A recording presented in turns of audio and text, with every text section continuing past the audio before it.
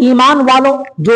اس جہنم طبقے کے اندر چل رہے ہوں گے وہ ایمان والے بندے جنہوں نے نمازوں کو چھوڑا، جو گنہگار بندے ہیں ایمان والے بندے مگر بنا توبہ کیے ہوئے اس دنیا سے چلے گئے، تو ان کو اس جہنم کے طبقے کے اندر جل رہے ہوں گے، عذاب دیا جا رہا ہوگا۔ ایک عرصے کے بعد ایمان والے اور ان کافروں اور مشرکوں کے درمیان اللہ رب العزت دیوار کو شیشے کی طرح بنا دیں گے۔ ایمان والوں کو کافر دیکھ رہے ہوں گے، مشرک لوگ ایمان والوں کو دیکھ رہے ہوں گے اور ان کو دیکھ کر ان کو تانا دیں گے، اے مسلمانوں تم تو قرآن کو مانتے تھے، تم تو نبی صلی اللہ علیہ وسلم کو مانتے تھے، تم تو اللہ کو مانتے تھے، چلو ہم تو تھے ہی اللہ کے نہ ماننے والے، چلو ہم تو تھے ہی نبی کا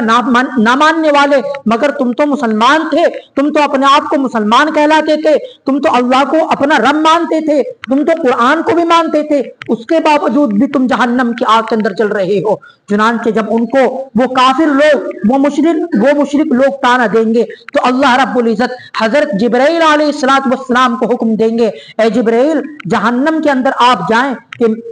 یہ کیا معاملہ ہو رہا ہے کہ مشرک لوگ کافر لوگ ایمان والوں کو تانا دے رہے ہیں۔ چنانچہ حضرت جبرائیل علیہ السلام جہنم کے داروغہ سے، جہنم کے مالک سے کہیں گے کہ یہ کیا معاملہ ہو رہا ہے۔ چنانچہ جب یہ معاملہ ہوگا تو اس وقت اللہ کے نبی علیہ السلام کے گنہگار امتی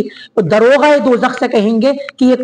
کون ہے جو آپ سے کچھ بات پوچھ رہے ہیں۔ چنانچہ وہ کہیں گے یہ اللہ کے نبی علیہ السلام کے پاس اللہ کا پیغام لانے والے حضرت جبرائیل علیہ السلام ہیں۔ اس وقت ان کی آنکھوں میں آنسو آ رہے ہوں گے اور وہ جہنمی لوگ کہیں گے کہ اے جبرائیل آپ دنیا کے اندر اللہ کا پیغام ہمارے نبی علیہ السلام کے پاس لاتے تھے، آج ہم گنہگاروں کا پیغام آپ نبی علیہ السلام تک پہنچا دیجئے کہ آپ تو جنت کے اندر آ گئے مگر آپ کو اپنی امت کے بارے میں یہ خیال ہی نہیں کہ آپ کی امت جہنم کی آگ کے اندر جل رہی ہے، لہذا آپ ہمارا یہ پیغام اللہ کے نبی تک پہنچا دیجئے گا۔ چنانچہ اللہ رب العزت ان سے کہیں گے اے جبرائیل میرے بندوں نے جو آپ کو کہا ہے آپ اس پیغام کو میرے نبی تک پہنچا دیجئے گا۔ چنانچہ اس وقت حدیث شریف کے اندر آتا ہے اس وقت اللہ کے نبی علیہ السلام جنت الفردوس کے اندر ہوں گے، انبیاء کرام کی مجلس اور بیٹھک کے اندر ہوں گے، آپ علیہ السلام بھی اور دیگر انبیاء کرام بھی منبروں پر جلوہ افروز ہوں گے۔ جب حضرت جبرائیل علیہ السلام کو جنت الفردوس کے اندر آتا ہوا آپ علیہ السلام دیکھیں گے تو آپ پوچھیں گے اے جبرائیل آپ کا آج کیسا آنا ہوا ہے؟ تو اس وقت اللہ کے نبی علیہ السلام سے کہیں گے یا رسول اللہ میں آپ کی گنہگار امت کا پیغام لے کر آیا ہوں، آپ کی گنہگار امت جہنم کی آگ کے اندر جل رہی ہے۔ آپ علیہ السلام کہیں گے میری امت جہنم کی آگ کے اندر جل رہی ہے، فوراً آپ علیہ السلام چل دیں گے۔ یہاں پر حضرت جبرائیل علیہ السلام اعلان کریں گے لوگوں اللہ کے نبی علیہ السلام شفاعت کے لیے جہنمیوں کی سفارش کے لیے جا رہی ہیں۔ چنانچہ تمام جنتی لوگ سفارش کے لیے چل دیں گے، حتیٰ کہ اللہ رب العزت آپ کو شفاعت کبریٰ کی اجازت دیں گے۔ روایت کے اندر آتا ہے کہ جب حضرت جبرائیل علیہ السلام یہ اعلان کریں گے تو جس بندے نے دنیا کے اندر کسی ایمان والے کو ایک پانی کا پیالہ پلایا ہوگا تو وہ بندہ اس کو پہچان کر اس کو جان کر اس کو بھی جہنم کی آگ سے نکال لے گا۔ جس نے جس کے ساتھ خیر خواہی کی ہوگی اور وہ جہنم کی آگ کے اندر جل رہا ہوگا تو یہ جنتی بندے اس بندے کی سفارش کرا کر جہنم سے نکال لیں گے۔ آپ علیہ السلام بھی شفاعت کبریٰ لے کر تو اپنے جہنمیوں کو اپنے گنہگار امتیوں کو نکال لیں گے۔ اس کے بعد اللہ رب العزت آپ سے کہیں گے اے میرے محبوب آپ سے میرے وعدے تھے کہ میں اپنے 3 لب بھر کر جہنم سے آپ کی امت کو نکالوں گا۔ اللہ رب العزت اپنی قدرت سے اپنے ایک لب سے خرب لوگ جہنم سے نکلیں گے، آپ دوسرا لب بھریں گے، تیسرا لب بھریں گے، وہ لوگ بالکل جہنم کی آگ کے اندر جل کر کوئلے کی طرح ہو گئے ہوں گے۔ اللہ رب العزت فرشتوں کو حکم دیں گے کہ آپ ان کو نہر حیات کے اندر غسل دیں۔ وہ لوگ جو کوئلے کی طرح بالکل سیاہ ہو چکے، کالے ہو چکے، ان کو نہر حیات کے اندر غسل دیا جائے گا اور ان کی پیشانی پر لکھ دیا جائے گا اتقاء الرحمن۔ وقت پورا ہو چکا ہے، تو یہ سفارشی بندے ہوں گے. قیامت کا دن جب نبیوں کا یہ عالم ہے، یہ بھی تھر تھرا رہی ہیں، ان کے دل دہل رہے ہیں، تو میرے بھائیوں ہمیں چاہیے کہ اس دن سے ہمیں ڈرنا چاہیے، گناہوں سے معافی مانگ کر نیکی والی زندگی گزارنی چاہیے. اللہ ہم سب کو عمل کرنے کی توفیق نصیب فرمائے. آمین. وآخر دعوانا الحمدللہ.